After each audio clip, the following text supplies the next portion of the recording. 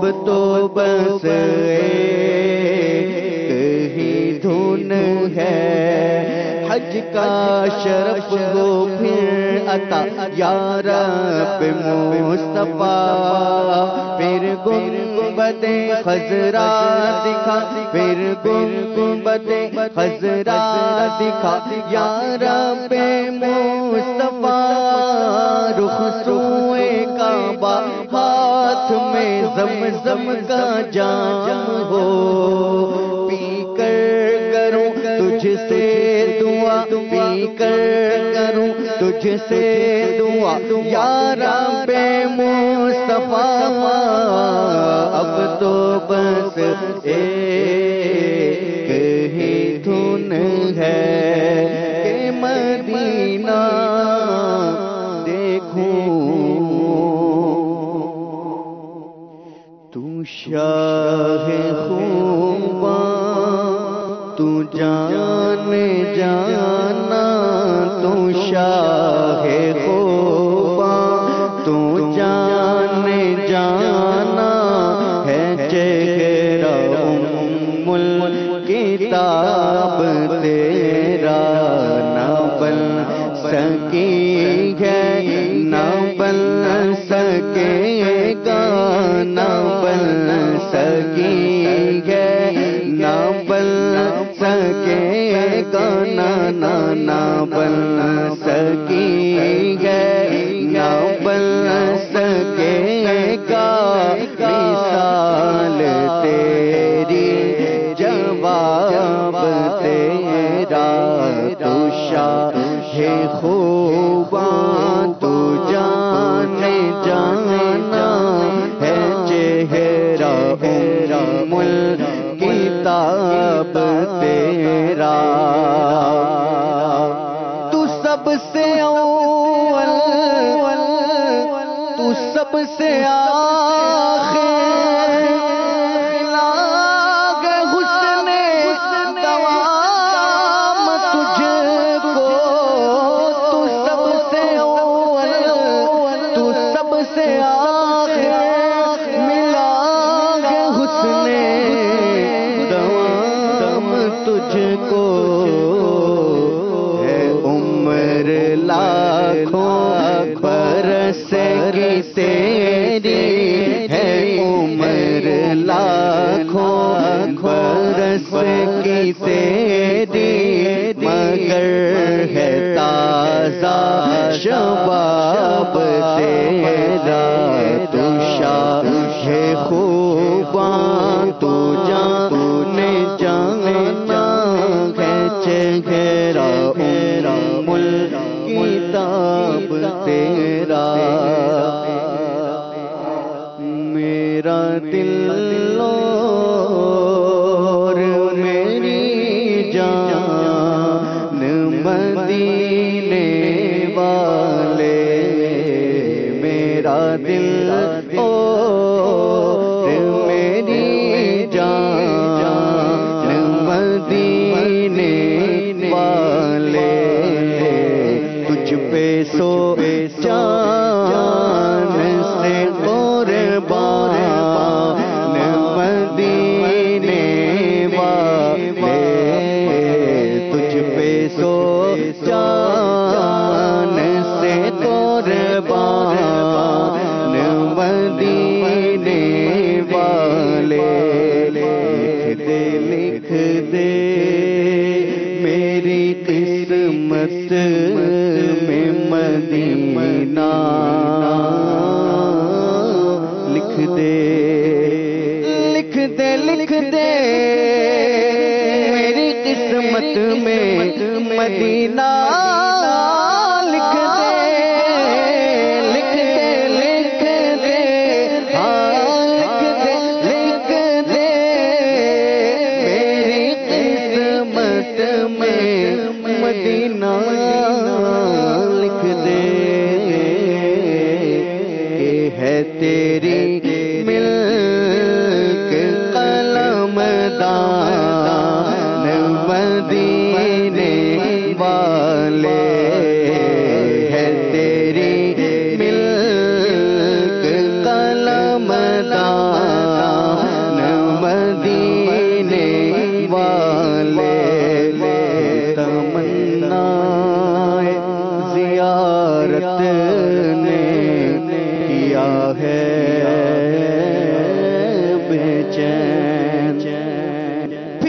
تمنا زیارت نے کیا دل بے چین، پھر تمنا زیارت نے کیا دل بے چین، پھر مدینے ہاں پھر مدینے کا ہے ارمان مدینے والے، پھر مدینے کا ہے ارمان مدینے والے، میرا دل اور میری جان مدینے اللہ عز و جل ہم سب کو بار بار حرمین شریفین کی بادب حاضری نصیب فرمائے، سوز و گداز والی حاضری نصیب فرمائے۔ اللہ رب العزت کرے کہ آتے رہیں جاتے رہیں، آتے رہیں جاتے رہیں، اور بالآخر اللہ رب العزت کے کرم سے نبی کریم علیہ الصلوۃ والسلام کے دامن رحمت کے صدقے میں بقیع پاک میں مدفن مل جائے۔ ایاز بھائی، ہمارا موضوع چل رہا ہے غور و فکر۔ آپ کیا غور و فکر کر آئے ہیں اور کیا بیان کریں گے؟ بسم اللہ الرحمن الرحیم، نحمدہ ونصلی ونسلم علی رسولہ الکریم۔ سب سے پہلے تو غور و فکر سے متعلق کلام مجید فرقان حمید میں اللہ تبارک و تعالی نے حکم ارشاد فرمایا، اور متعدد آیات کے اندر اللہ تبارک و تعالی نے غور و فکر کرنے کا حکم ارشاد فرمایا جی۔ اور یقیناً اس کائنات کے اندر اللہ تبارک و تعالی نے اس قدر نعمتیں ہمارے لیے جو پیدا کی ہیں، تو ان نعمتوں میں بھی اگر ہم غور و فکر کریں تو یہ ہمارے لیے اس کا حکم بھی ہے، اور اس میں غور و فکر کرنے سے اللہ تبارک و تعالی کی محبت، اللہ تبارک و تعالی کی معرفت ہمارے دلوں کے اندر پیدا ہوتی ہے۔ مجھے مولانا روم رحمۃ اللہ تعالی نے کی ایک حکایت مہروز بھائی یاد آ رہی ہے کہ مولانا روم رحمۃ اللہ تعالی نے ایک حکایت نقل فرمائی ہے، اور اس کے ذریعے بڑی خوبصورت بات ہمیں سمجھانے کی کوشش کی ہے کہ ہمارا غور و فکر کا انداز کیسا ہوتا ہے، اور دیکھیے کہ اس حکایت کے اندر سیکھنے کے لیے کیسا سبق موجود ہے۔ مولانا روم فرماتے ہیں کہ ایک شیر تھا، اس نے شکار کیا، تو لومڑی اور گدھا جو ہے وہ جب انہوں نے دیکھا کہ شیر نے آج شکار کیا تو وہ بھی جو ہے وہ شیر کے پاس آ پہنچے۔ تو شیر نے کہا کہ ہاں بھائی، اب یہ شکار تو ہو گیا ہے، اب اس کو تقسیم کرو، تمہارے اوپر چھوڑا کہ اس کو کیسے تقسیم کرتے ہو۔ لومڑی اور گدھے پہ لومڑی اور گدھے کے اوپر چھوڑ دیا۔ شیر نے کہا چلو بھائی اب اس کی تقسیم کاری کرو کہ کیسے تقسیم ہونا چاہیے۔ جی ہاں، چنانچہ سب سے پہلے گدھے کی باری آئی، اور گدھے نے کچھ اس طریقے سے تقسیم کی کہ کہا بادشاہ سلامت، چونکہ شیر جو ہے وہ جنگل کا بادشاہ کہلاتا ہے، کہا بادشاہ سلامت جو اگلا حصہ نا فرنٹ پیس، یہ ذرا زبردست پیس ہوتا ہے، تو یہ آپ قبول فرما لیجئے، اور یہ بیک سائڈ ہے نا یہ آپ ہمیں دے دیجئے، پچھلا حصہ ہمیں دے دیجئے۔ شیر نے جب یہ بات سنی تو شیر نے اس گدھے پر جھپٹا مارا اور اسے بھی شکار کر لیا۔ اب جناب باری آئی لومڑی، مشورہ دینا مہنگا پڑ گیا، مشورہ دینا مہنگا پڑ گیا۔ اب باری آئی لومڑی کی، شیر نے کہا ہاں بھائی اب آپ تقسیم کرو۔ تو لومڑی تو ویسے عیار اور مکار جانور کے نام سے مشہور ہے، جب اس نے یہ مادرا دیکھا تو اس نے کہا بادشاہ سلامت، اس شکار کے 3 حصے کیے جائیں۔ ایک حصہ آپ صبح بریک فاسٹ ناشتے میں کھائیں، ایک حصہ آپ دوپہر لنچ کے طور پر یوز کریں، اور تیسرا حصہ آپ جو ہے وہ ڈنر کے طور پر یوز کیجیے گا، رات کے کھانے میں۔ شیر نے کہا تو با کمال ہے، تو نے زبردست فیصلہ کیا ہے، تو نے ٹھیک فیصلہ کیا ہے۔ اس حکایت کو نقل کرنے کے بعد مولانا روم رحمۃ اللہ تعالی ارشاد فرماتے ہیں کہ اس میں ہمارے لیے عبرت کا کیسا مدنی پھول موجود ہے کہ اس بے زبان جانور نے جب اپنے ساتھ دوسرے جانور کا انجام اور سلوک دیکھا تو اس نے کیسی عبرت کی راہ پکڑی کہ اس نے ایسا فیصلہ کیا کہ جو بادشاہ کے منشا کے مطابق تھا، ایسا کام کیا جو بادشاہ کی مرضی کے مطابق تھا۔ تو حاصل یہ ہوا کہ جب ہم کسی کو کسی عبرت ناک انجام پہ پہنچتا ہوا دیکھیں تو خود اس عبرت حاصل کریں اور خود اس چیز سے بچنے کی کوشش کریں۔ لیکن اس میں ہمیں شریعت کی وہ تو ایک حکایت ہے اور جانوروں کی ہے، کیونکہ تو اب یہ کہ وہ سامنے والا جو مشورہ مانگ رہا ہے اس کو تو مشورہ دیانت داری سے دینا ہے، لیکن دیانت داری کے ساتھ حکمت عملی بھی اپنانی ہے، شریعت کی پامالی نہیں کرنی، شریعت کی حدود کو نہیں توڑنا، لیکن جو ہے وہ ایسا دینا ہے کہ ہم عافیت میں آ جائیں۔ عافیت میں آ جائیں۔ یہاں پر مولانا روم رحمۃ اللہ تعالیٰ نے ارشاد فرمایا کہ اس بے زبان جانور نے دوسرے جانور کا جب انجام دیکھا تو اس سے کیسا درس حاصل کیا کہ وہ کام کیا جو اس بادشاہ کے، جنگل کے بادشاہ کی مرضی اور منشا کے مطابق تھا۔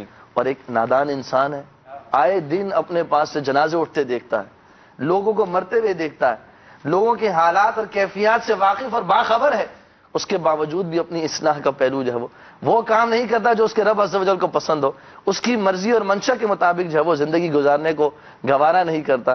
تو ایک بے زبان جانور جو اپنے دوسرے جانور کے انجام سے سبق حاصل کر رہا ہے، تو ایک انسان کو کس قدر سبق حاصل کرنا چاہیے، کس قدر عبرت حاصل کرنی چاہیے، کس قدر غور و فکر کرنی چاہیے کہ جس انداز میں میرے ساتھ یہ گرد و پیش کے لوگ آج اٹھ کر یہاں سے جا رہے ہیں، دنیا سے چلتے چلے جا رہے ہیں، ایک دن مجھے بھی اسی طریقے سے جانا ہے اور اللہ تبارک و تعالیٰ کے حضور پیش ہونا ہے۔ تو حقیقت میں اگر ہم اپنے گرد و پیش کے معاملات میں اور ان ساری چیزوں پر غور و فکر کی عادت بنانے کا اگر ہمارا ذہن بن جائے تو حقیقت یہ ہے کہ بہت ساری چیزیں ہمارے لیے آسان ہو سکتی ہیں، اور اللہ تبارک و تعالیٰ کی منشا اور مرضی پر عمل کرنا ہمارے لیے بے حد آسان ہو سکتا ہے اگر ہم غور و فکر کی عادت اپنا لیں، اگر ہم تفکر کرنے کی عادت اپنا لیں، سوچنے کی عادت اپنا لیں۔ اور ایک کلام مجید میں آیت 7ویں پارے کے اندر اللہ تبارک و تعالیٰ نے ارشاد فرمایا قُلْ سِیرُوا فِی الْأَرْضِ ثُمَّ انظُرُوا کَیْفَ کَانَ عَاقِبَةُ الْمُکَذِّبِینَ۔ اللہ ارشاد فرمایا کہ اے محبوب فرما دیجئے زمین میں سیر کرو، پھر دیکھو کہ جھٹلانے والوں کا انجام کیسا ہوا۔ اس کے ضمن میں مفتی صاحب نے بڑی خوبصورت بات ارشاد فرمائی ہے۔ مفتی صاحب فرماتے ہیں کہ جب بندہ اللہ تبارک و تعالیٰ نے سیر کرنے کا حکم دیا، زمین میں چلنے کا حکم ارشاد فرمایا کہ زمین میں بندہ سیر کرے اور پھر دیکھے کہ جھٹلانے والوں کا انجام کیسا ہوا، جو پہلی قومیں تھیں، سابقہ امتیں تھیں، ان کا کیا انجام ہوا۔ اور اس کے ضمن میں مفتی صاحب نے ایک بڑی پیاری بات ارشاد فرمائی۔ مفتی صاحب نے ارشاد فرمایا اس سے پتہ چلا کہ عذابات کی جگہ پر جا کر دیکھنا یہ زیادہ عبرت کے لیے موضوع ہے، کیونکہ خبر دینے سے وہ چیز حاصل نہیں ہوتی جو مشاہدات سے حاصل ہوتی ہے، مشاہدہ زیادہ قوی ہوتا ہے، وہ عبرت کے لیے زیادہ۔ دیکھیے یہاں پر بھی کیا تھا، مشاہدہ تھا۔ حکایت کے اندر دیکھیے لومڑی نے گدھے کا جب بنفس نفیس مشاہدہ کیا اس کے انجام کا تو کیسی عبرت حاصل پکڑی۔ مفتی صاحب نے فرمایا کہ ایسی جگہوں پر جا کر مشاہدہ کرنے سے غور و فکر کی عادت پیدا ہوتی ہے، عبرت کی عادت پیدا ہوتی ہے، اور فرمایا اسی طریقے سے رحمتوں کی جگہ پر جانے پر اللہ تعالیٰ کی رحمت اور محبت میں اضافہ ہوتا ہے۔ جس طریقے سے عذابات والے مقامات پر جا کر غور و فکر اور تدبر کی عادت پیدا ہوتی ہے تو رحمتوں والے مقامات پر جا کر اللہ تعالیٰ کی رحمت اور محبت میں اضافہ ہوتا ہے۔ دونوں جگہ پہ جو ہے ہم عبرت و نصیحت حاصل کر سکتے ہیں، ترغیب و ترہیب کے مدنی پھول ہمیں مل سکتے ہیں۔ منیم بھائی آپ ارشاد فرما رہے تھے ابھی پچھلی جب گفتگو ہوئی کہ پچھلی قوموں کے عذابات کا آپ تذکرہ کر رہے تھے اور ان پہ جو اللہ عز و جل نے گرفت فرمائی، کیا کہیں گے اس کے؟ قرآن کریم میں تو جا بجا کئی قوموں کا احوال بیان ہوئے ہیں، کئی انبیاء کو جھٹلانے والوں کے احوال بیان ہوئے ہیں، اور انسان کے اوپر آزمائش آتی ہے، پریشانی جب آتی ہے تو پھر وہ کیا کرے، کیا غور و فکر کرے؟ وہ ایک ان پہ جو عذابات ہے وہ آزمائش ہی تھی نا، تو وہ آزمائش کی ایک کیفیت تھی، اور زندگی کے شب و روز میں بھی انسان کے اوپر آزمائش آتی ہے، کیا کرنا چاہیے؟ بسم اللہ الرحمن الرحیم۔ جیسا کہ میں نے پہلے عرض کیا کہ قرآن کریم میں جتنے بھی واقعات بیان کیے گئے ہیں، پچھلی امتوں کے عذابات کا تذکرہ کیا گیا ہے، تو اس سے مقصود یہی ہے کہ آقا علیہ السلام کی جو آنے والی امت ہے ان کو بتایا جائے، یہ اس میں غور و فکر کریں اور اس سے عبرت حاصل کریں کہ ان قوموں کا یہ حال ہوا۔ تاریخ گواہ ہے کہ جن لوگوں نے جو نعمتوں کا پر شکر ادا کیا ہے تو اللہ تبارک و تعالیٰ نے ان کی نعمتوں میں مزید اضافہ فرمایا ہے، اور جس قوم نے نعمتوں کا شکر ادا نہیں کیا بلکہ ناشکری کی اور بغاوت پر اتر آئے تو وہ قومیں تباہ و برباد ہو گئیں، اور ذلت ایسی قوموں کا مقدر بنی۔ جیسا کہ قرآن کے دامن میں قوم سبا کا واقعہ موجود ہے، اللہ تبارک و تعالیٰ نے ان کو بڑی شانوں سے نوازا تھا۔ جس زمین پر یہ رہتے تھے، مہروز بھائی اس زمین کے بارے میں علماء نے لکھا کہ اس زمین میں نہ مچھر تھا، نہ کھٹمل تھا، نہ مکھی تھی، نہ بچھو تھا، نہ سانپ تھا، یعنی بالکل پاک صاف زمین تھی، اور ان کے شہر سے جو گزر جاتا تھا ان سے بری تھی اور یہ محفوظ تھے ان چیزوں سے، ایسی پاک زمین تھی، اور ان کی پاکیزہ ہوا ایسی تھی ان کے شہر کی کہ ان کے شہر سے جو گزر جاتا تھا کہ اس کے کپڑوں میں اگر جوئیں بھی ہوتی تو وہ بھی ختم ہو جاتی، اور ان کو اللہ تبارک و تعالیٰ نے ایسے باغات کی نعمتیں عطا فرمائی تھیں، اس کے اندر ایسے لذیذ قسم کے پھل تھے کہ جو بندہ خالی ٹوکرا لے کر بھی ان کے باغ سے گزرتا تھا، وہ ٹوکرا خالی ہوتا تھا، یہ ہاتھ نہ بھی لگاتا تب بھی قسم قسم کے پھل ٹوٹ کر اس کے ٹوکرے میں گر جاتے اور وہ ٹوکرا بھر جایا کرتا تھا۔ یعنی اللہ تبارک و تعالیٰ نے ان کو ایسی شانوں سے نوازا تھا، فراوانی عطا فرمائی تھی اور نعمتوں کی کثرت عطا فرمائی تھی، اور اللہ تبارک و تعالیٰ نے ان لوگوں کی طرف 13 انبیاء کو بھیجا، اور ان انبیاء نے آ کر کے ان کو بار بار بتایا کہ اللہ نے تم اتنی نعمتیں عطا فرمائی ہیں، اس کا شکر ادا کرو اور اللہ تبارک و تعالیٰ پر ایمان لے آؤ، سب کچھ کہا گیا۔ یعنی اس کے باوجود بھی ان لوگوں نے جو ہے سرکشی کی اور نعمتوں کا شکر کرنے کے بجائے ان لوگوں نے یہ کہا کہ آپ اپنے رب سے جا کے کہہ دیجئے کہ ہو سکے تو وہ ہم سے نعمتیں روک لے، ہمیں اس کی کوئی وہ نہیں ہے۔ اس طرح کی انہوں نے باتیں کی اور بغاوت پر اتار آئے، تو اللہ تبارک و تعالیٰ کا جو قہر و غضب تھا وہ سیلاب کی صورت میں ان لوگوں پر نازل ہوا، اور پھر دیکھا گیا کہ ان لوگوں کے مکانات جو ہے وہ ریت میں دفن ہو گئے، اور ان کے وہ باغات جن کے لذیذ پھل ہوا کرتے تھے وہ بالکل کڑوے ہو گئے اور بد مزہ قسم کے پھل بن گئے۔ اب علامہ احمد ساوی رحمۃ اللہ تعالی علیہ نے تفسیر ساوی میں لکھا کہ یہ قوم سبا کا واقعہ قرآن میں بیان کرنا، اس کا مقصد کیا ہے؟ انہوں نے یہ لکھا کہ اس واقعے کو قرآن میں بیان کرنے کا مقصد رسول اللہ صلی اللہ تعالی علیہ وآلہ وسلم کی امت کو نصیحت کرنا ہے کہ تم لوگ ان کے انجام سے عبرت حاصل کرو، تمہیں بھی اللہ نے نعمتیں دی ہیں تو اس پر شکر ادا کرو، اگر تم اس کا شکر ادا نہیں کرو گے تو ہو سکتا ہے تم لوگوں کو بھی اس طرح کے عذابات کا سامنا کرنا پڑ جائے۔ آج ہم دیکھتے ہیں کہ کئی سمندری طوفان اور اس طرح سیلاب آتے ہیں جس کی وجہ سے کئی تباہیوں کا منظر ہم اپنی آنکھوں سے دیکھتے ہیں، تو اس حوالے سے یہ فرمایا گیا۔ اسی طرح کہ ہمارے اوپر کوئی مصیبت آ جاتی ہے یا پریشانی آ جاتی ہے تو ہم اس پر شکوہ لے کر کے بیٹھ جاتے ہیں کہ ہم تو نماز بھی پڑھتے ہیں، فلاں تو بے نمازی ہے، تو اس کو رب نے بڑا کچھ دیا ہے، اپنی عبادات اور اپنی اطاعت کو گنوانا شروع کر دیتے ہیں اور دوسرے کی نافرمانی کو اور دوسرے کی جو رب تبارک و تعالی سے گویا کہ مخالفت ہے اس کو بیان کرنا شروع کر دیتے ہیں۔ تو اس حوالے سے قرآن کے دامن میں حضرت ایوب علیہ السلام کا واقعہ بڑا پیارا موجود ہے کہ ایوب علیہ السلام جن کو اللہ تبارک و تعالیٰ نے ہر طرح کی نعمت عطا فرمائی تھی، حسن صورت بھی دیا تھا، مال کی کثرت بھی تھی، اولاد کی کثرت بھی تھی، لیکن جب آپ کا امتحان لیا گیا تو آپ کا مکان جب گرا، مکان کے نیچے آپ کی ساری اولاد دب کر کے مر گئی، اور اس کے علاوہ آپ کے مویشی جو تھے وہ ہلاک ہو گئے، جس میں سینکڑوں اونٹ تھے، ہزاروں بکریاں تھیں، آپ کے باغات سب کچھ ختم ہو گیا، اور اس کے بعد جب آپ کو ان ہلاک چیزوں کے بارے میں آگاہ کیا جاتا کہ آپ کا سب کچھ ختم ہو گیا تو آپ علیہ السلام کیا ارشاد فرمایا کرتے تھے؟ آپ ارشاد فرماتے، آپ اللہ کی حمد بجا لاتے، اللہ کا شکر ادا کرتے اور فرماتے کہ میرا کیا تھا اور کیا ہے، جس کا تھا اس نے لے لیا، جب تک میرے پاس رہا تو ٹھیک ہے، جب اس نے چاہا تو واپس لے لیا، اگر رب کی رضا اس میں ہے کہ وہ چیزیں میرے پاس نہ رہے تو میں بھی اس پہ راضی ہوں۔ اس کے بعد آپ پر جسمانی آزمائش بھی آئی، مال کے ذریعے، دولت کے ذریعے، اولاد کے ذریعے، آپ کی کثرت ہو گئی، آزمائشوں کی کثرت تھی، دوسری طرف آزمائشوں کی کثرت ہو گئی، آپ کے جسم پہ آبلے آ گئے، بڑے بڑے آبلے جو ہے پھوڑے وغیرہ نکل آیا، بڑی تکلیف میں رہتے، اور اس کے بعد آپ کی ایک بیوی تھی رحمت جو آپ کی بڑی خدمت کیا کرتی تھی، حضرت یوسف علیہ السلام کی پوتی تھی، وہ آپ کے پاس رہ گئیں، لیکن جب یہ امتحان میں آپ کامیاب ہو گئے تو اللہ تبارک و تعالیٰ نے حکم دیا کہ آپ زمین پر قدم جو ہے ماریے، آپ نے وہاں پر قدم مارا تو اس کے بعد جو ہے ایک چشمہ نمودار ہوا، آپ نے اس میں غسل فرمایا، غسل فرمانے کے بعد آپ بالکل ٹھیک ہو گئے، 40 قدم چلے، وہاں پر آپ کو پھر حکم ہوا کہ پھر زمین پر قدم لگائیے، آپ نے پھر وہاں پر قدم مارا تو پھر ایک اور چشمہ نمودار ہوا جس کا پانی بہت زیادہ میٹھا تھا، آپ نے اس کو پیا تو جسم میں نور ہی نور پیدا ہو گیا۔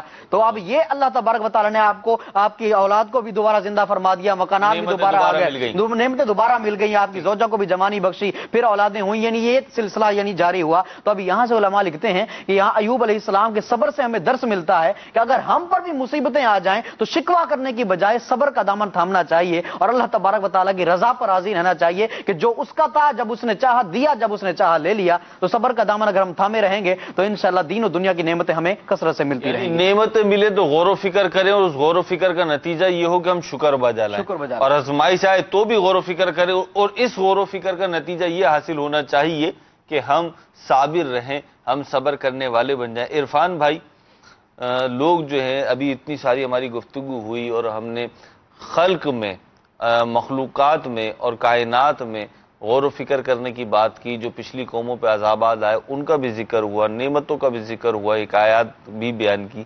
تو بعض اوقات یہ ہوتا ہے کہ بندہ جب غور و فکر کرنے بیٹھتا ہے نا تو غور و فکر کرتے کرتے کرتے کرتے جو اس کی نہج بنتی ہے، جو رستہ بنتا ہے، وہ معاذ اللہ یہ بن جاتا ہے کہ وہ خالق کائنات کی ذات پہ غور و فکر کرنا شروع کر دیتا ہے۔ تو اس حوالے سے کیا کہیں؟ بسم اللہ الرحمن الرحیم۔ دیکھا جائے تو غور و فکر اور تدبر و تفکر کرنے کی اہمیت، افادیت کو اللہ رب العالمین نے قرآن مقدس میں بیان فرمایا، اور اس کا اندازہ، اس کی اہمیت کا اندازہ اس بات سے لگایا جا سکتا ہے کہ کم و بیش بعض علماء کے نزدیک 1000 سے زائد مقامات پر اللہ رب العالمین نے اس چیز کا حکم ارشاد فرمایا، یا تو صراحتاً ارشاد فرمایا یا ایسی باتیں ارشاد فرمائی کہ جس میں تدبر و تفکر کرنا موجود ہے۔ اب دیکھیے آسمان پر غور کریں. اللہ رب العالمین نے ارشاد فرمایا ان فی خلق السماوات والارض واختلاف اللیل والنہار لآیات لأولی الالباب، یعنی آسمانوں اور زمینوں کی پیدائش اور دن رات کے بدلنے میں نشانات ہیں. پھر فرمایا کہ وَهُوَ الَّذِي جَعَلَ لَكُمُ اللَّيْلَ وَالنَّهَارَ خِلْفًا، اور وہی ہے جس نے رات بنائی اور پیچھے پیچھے دن بنایا. سورج پر غور کرے جو ہماری زمین سے کئی گنا بڑا ہے. بڑے بڑے ستارے پیدا فرمائے جن کی ابھی تک انسان پہچان نہیں کر سکتا کہ ان کی تعداد کتنی ہے. سورج کو پیدا فرمایا، ستاروں کو پیدا فرمایا، زمین کو پیدا فرمایا، آسمان کو پیدا فرمایا. اب اس کے لیے اللہ جل وعلا نے کوئی اتنی معاملات نہیں فرمائے یا اس کو اتنی بنانے میں دیر نہیں لگی، بلکہ اذا اراد شیئا ان یقول له کن فیکون، جب اس نے ارادہ فرمایا کن کا لفظ فرمایا اور وہ چیز فیکون ہو گئی.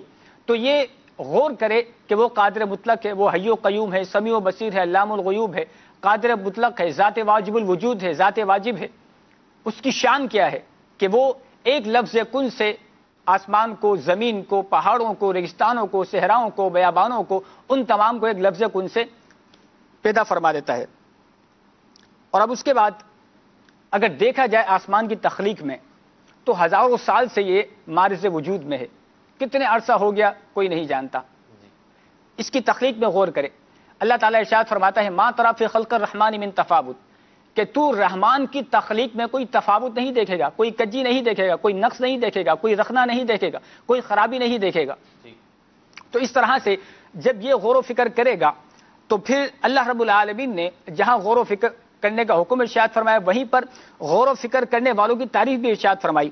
فرمایا الذین یذکرون اللہ قیاما وقعودا وعلی جنوبہم ویتفکرون فی خلق السماوات والارض ربنا ما خلقت هذا باطلا سبحانک فقنا عذاب النار. فرمایا جو لوگ اللہ کو یاد کرتے ہیں کھڑے اور بیٹھے کروٹوں کے بل اور آسمان اور زمین کی پیدائش پر غور کرتے ہیں، اے ہمارے رب. اب جب یہاں تک غور کر لیا پھر کہتے کیا ہے رب تعالیٰ جل وعلا کی بارگاہ میں ربنا، اے ہمارے رب، ما خلقت هذا باطلا سبحانک فقنا عذاب النار، اے ہمارے رب تو نے یہ بے فائدہ پیدا نہیں کیا. اب یہاں پر سرکار دو عالم علیہ الصلوۃ والسلام نے ارشاد فرمایا تفکروا فی الخلق ولا تفکروا فی الخالق. سرکار صلی اللہ علیہ وسلم نے ارشاد فرمایا کہ اللہ تبارک و تعالیٰ کی مخلوق میں غور کرو، مخلوقات میں غور کرو، خالق میں غور نہ کرو. کیوں؟ فإنکم لا تقدرون قدرا، کہ تم اس لیے کہ تم اس کی قدرت نہیں رکھتے. کیوں قدرت نہیں رکھتے؟ کیونکہ قرآن مقدس سے ارشاد فرمایا لیس کمثلہ شیء، کہ اس ذات واجب الوجود کی مثل کوئی شے موجود نہیں، کوئی شے نہیں ہے. تو اس لیے اس کی ذات پر غور نہیں کرنا، اس کی مخلوق میں غور کرنا ہے. کیوں کہ مصنوعات میں غور کرنا ہے. جب مصنوعات میں، مخلوقات میں غور کریں گے تو وہیں سے ایسے ایسے کائنات کے سربستہ راز عیاں ہو جائیں گے جو پہلے مخفی تھے، منکشف ہو جائیں گے، عیاں ہو جائیں گے، ظاہر و باہر ہو جائیں گے، کہ جو مخلوقات سے اس کو لے کر خالق کی معرفت تک اس کی رسائی وہ کر دیں گے. اور پھر فرمایا کہ جیسے آپ نے ارشاد فرمایا کہ بعض لوگ ایسے ہوتے ہیں کہ مخلوق کو چھوڑ کر، مصنوعات کو چھوڑ کر خالق کی ذات کے لیے وہ غور و فکر کرتے ہیں. فرمایا اگر وہ اس طرح کریں گے تو فرما دیا فتح لکھو، وہ ہلاک ہو جائیں گے، کیونکہ یہ چیز ہلاکت میں ڈالنے والی ہے. اسی وجہ سے غور و فکر کا بھی ایک دائرہ ہے، اس دائرے سے باہر نہیں نکلنا. جی، اس کی ایک اسلام نے اور شریعت مطہرہ نے اس کا ایک کرائیٹیریا دے دیا کہ اس پر غور کرنا ہے اور اس سے باہر نہیں نکلنا. الحاصل یہ کہ مخلوق پر غور کرو، خالق پر غور نہ کرو. شریعت اسلامیہ نے جو دائرہ ہمیں دیا ہے کہ ان چیزوں پہ غور کرنا، ان چیزوں پہ غور نہیں کرنا، جیسے قضاء و قدر کے معاملات ہیں، ان پہ بھی زیادہ غور و فکر اس اعتبار سے نہیں کرنا چاہیے کہ وہ بال کی کھال نکالنا جسے ہمیں اردو محاورے میں کہتے ہیں، وہ نہیں کرنا چاہیے. اور بعض لوگوں کا معاملہ یہ ہوتا ہے کہ وہ سامنے کی چیزوں پہ تو اتنا غور و فکر نہیں کرتے ایاز بھائی، لیکن اس طریقے کے معاملات میں بہت زیادہ سوچ و بچار کرتے ہیں، سوچ سوچ کے پاگل ہوئے جا رہے ہوتے ہیں گویا کہ اس کا جواب نہیں مل رہا، کیونکہ اس کا جواب ملنا نہیں ہے. اس کا جواب نہیں مل رہا تو اب وہ سوال جو ہے نا اندر ہی اندر انہیں پریشان کیے دیتا ہے. اور جو آپ نے کہا کہ جب خالق کی ذات میں غور کرو گے تو پھر جو ہے نا وہ حدیث شریف آپ نے پیش کی کہ ہلاک ہو جاؤ گے. تو اب یہ تو غور و فکر ہے. اچھا پھر دوسرے انداز کا بھی غور و فکر ہے. ایک میں مثال دوں, وقت اگرچہ اپنے اختتام کی طرف ہے, کہ جیسے اولاد کی تربیت کا معاملہ ہے, تربیت اولاد کا معاملہ ہے, یا اپنی ہی تربیت کا اپنے آپ کو اپ ٹو ڈیٹ رکھنے کا معاملہ ہے, اپنے آپ کو جو ہے وہ معاشرے اور وقت کے ساتھ ہم آہنگ رکھنے کا معاملہ ہے, اپنی اولاد کو اس قسم کی چیزوں کا معاملہ ہے, تو اس پہ غور و فکر تو ہے. کون اس پہ غور و فکر نہیں کرتا کہ میری اولاد جو ہے اس کا مستقبل اچھا ہو, تابناک ہو, اور ان کا بڑا روشن ہو, اور یہ بڑے آدمی بنے, مشہور آدمی بنے, یوں کریں وہ کریں. تو سوچتے تو سب ہیں اور ایفرٹس بھی کرتے ہیں. آج آپ دیکھ لیں والدین کو جو بیچارے اتنی محنت کر رہے ہیں, اتنی تنگ و مشقت کی زندگی گزار رہے ہیں اور تکالیف جھیل رہے ہیں, تو کس لیے جھیل رہے ہیں؟ کہ ہماری اولاد کا مستقبل اچھا ہو جائے. یہی تو غور و فکر کر کے وہ کر رہے ہیں. تو اس پہ کیا ارشاد فرمائیں گے آپ؟ دیکھیے مہروز بھائی, اس میں حقیقت یہ ہے کہ وہ غور و فکر تو کر رہے ہیں اور اپنی اولاد کی تربیت بھی کر رہے ہیں, لیکن اب آیا اولاد کی تربیت کیا شریعت کے اصولوں کے مطابق کر رہے ہیں؟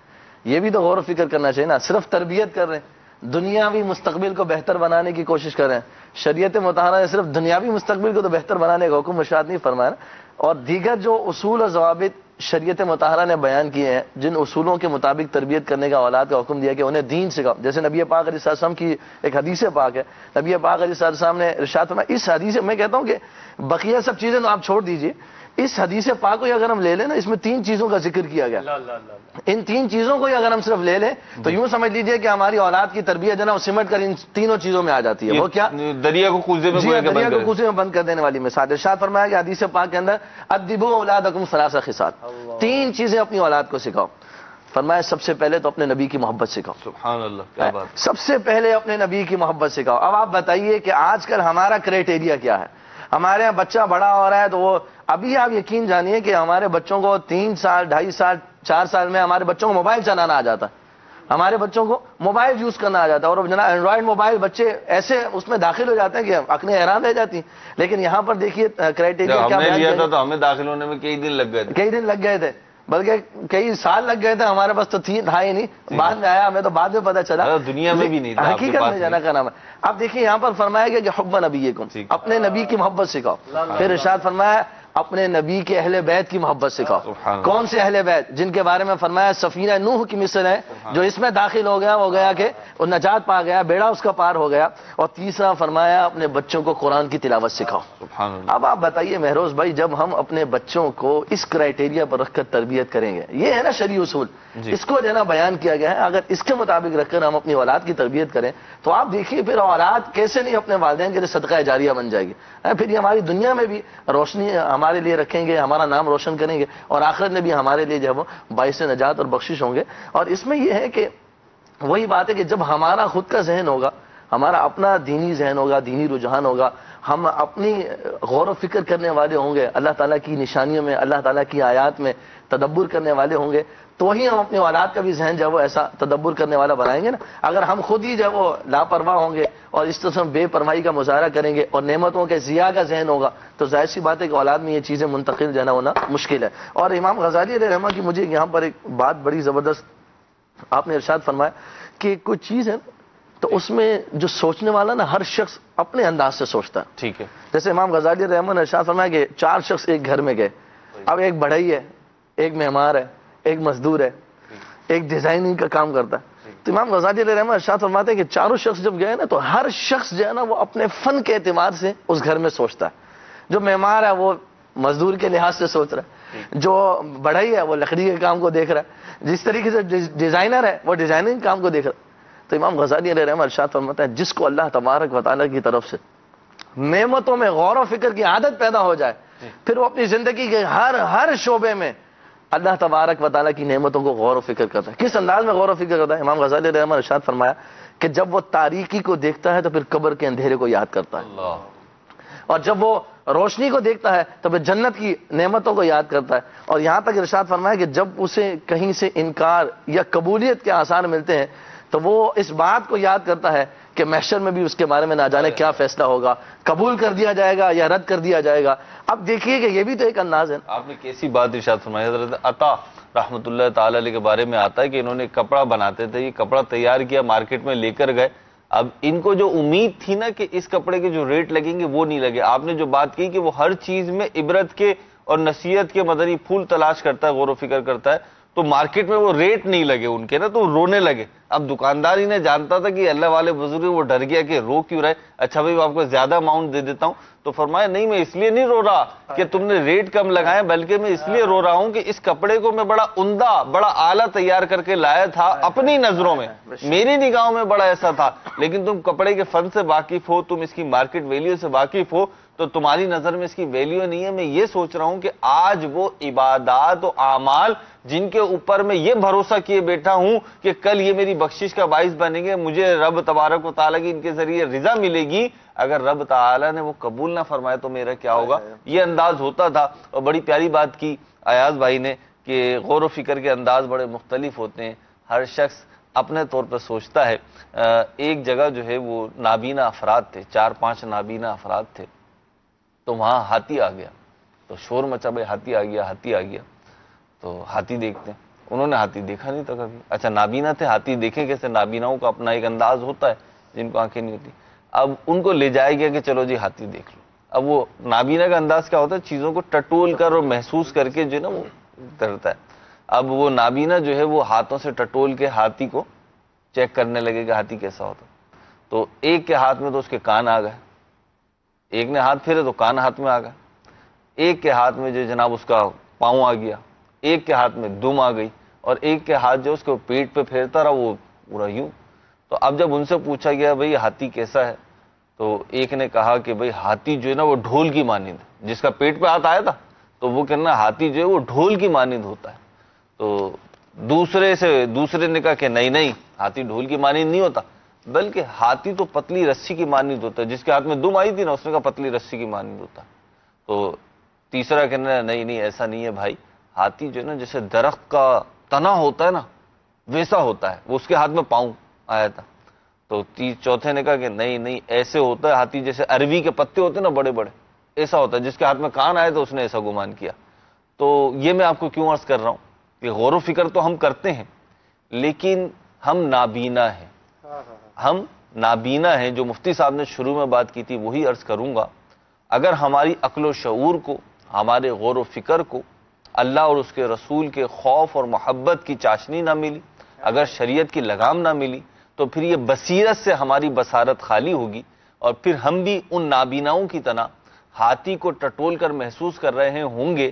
اور غور و فکر کا نتیجہ یہ نکلے گا کہ ہم ہاتھی کی حقیقی کنڈیشن سے واقف نہیں ہو پائیں گے. تو جتنا آپ اللہ عز و جل کا خوف دل میں پیدا کریں گے، عشق رسول کی چاشنی بڑھائیں گے اور علم دین کی طرف مائل ہوں گے، تو انشاءاللہ غور و فکر کی صحیح سمت بھی ملے گی، اور دنیا و آخرت میں صحیح فیصلے، درست نتیجے تک پہنچنا بھی نصیب ہوگا. اور جب دنیا و آخرت کے یہ صحیح فیصلے کر لیں گے تو اللہ نے چاہا تو اس غور و فکر کے نتیجے میں آخرت کی سرخروئی ہمارا مقدر ہوگی. اللہ رب العزت کرے کہ ہماری عقل و شعور سلامت رہے. اسلام نے ہر چیز میں غور و فکر کرنے کا حکم دیا. میں کافی دیر سے پانی نکال کے بیٹھا ہوا ہوں کہ یہ پانی میں پیوں گا، اور میں سوچ رہا تھا اس کی سنت کیا ہے. تو اس کی ایک سنت اور ادب جو ہے وہ یہ بھی ہے کہ پانی دیکھ کے پیا جائے. دیکھ کے پئیں گے تو انشاءاللہ آپ کچرے والا یا کوئی ایسا جس کے اندر کوئی چیز پڑی ہوئی ہو ایسا پانی پینے سے بچ جائیں گے، ٹھوکر کھانے سے بچ جائیں گے. غور و فکر کرتے رہیے، قرآن و حدیث پڑھیے، اور اپنے دنیاوی معاملات میں بھی غور و فکر کر کے فیصلے کریں گے تو انشاءاللہ عز و جل آپ غلطی سے، کوتاہی سے بچ جائیں گے، کامیاب و کامران ہوں گے. صلاۃ و سلام ہوگا انشاءاللہ عز و جل، اور پھر سلسلے کا اختتام ہوگا.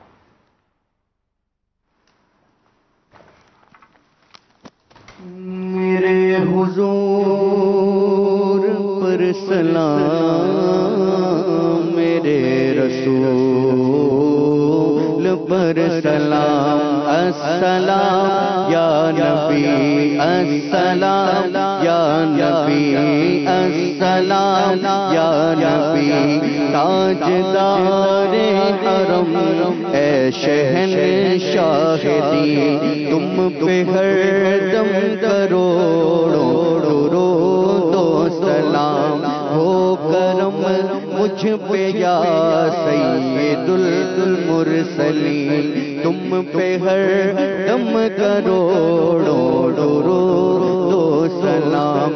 اب بلا لو مدینے میں عطار کو، اپنے قدموں میں رکھ لو گناہگار کو، کوئی اس کے سوا آرزو ہی نہیں، کوئی اس کے سوا آرزو ہی نہیں، تم پہ ہر دم کروڑوں درود و سلام، میرے حضور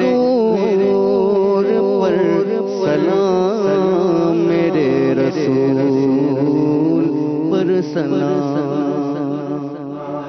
صلو علی الحبیب صلی اللہ تعالی علی محمد صلی اللہ تعالی علیہ وسلم۔ رحمتوں سے بری کھلی آنکھ سن لے کلا کہتے کہتے، رحمتوں سے بری میری، رحمتوں سے بری کھلی آنکھ سن لے کلا کہتے کہتے، کھلی آنکھ سن لے کلا کہتے کہتے۔ آج کا دور جدت کے تقاضوں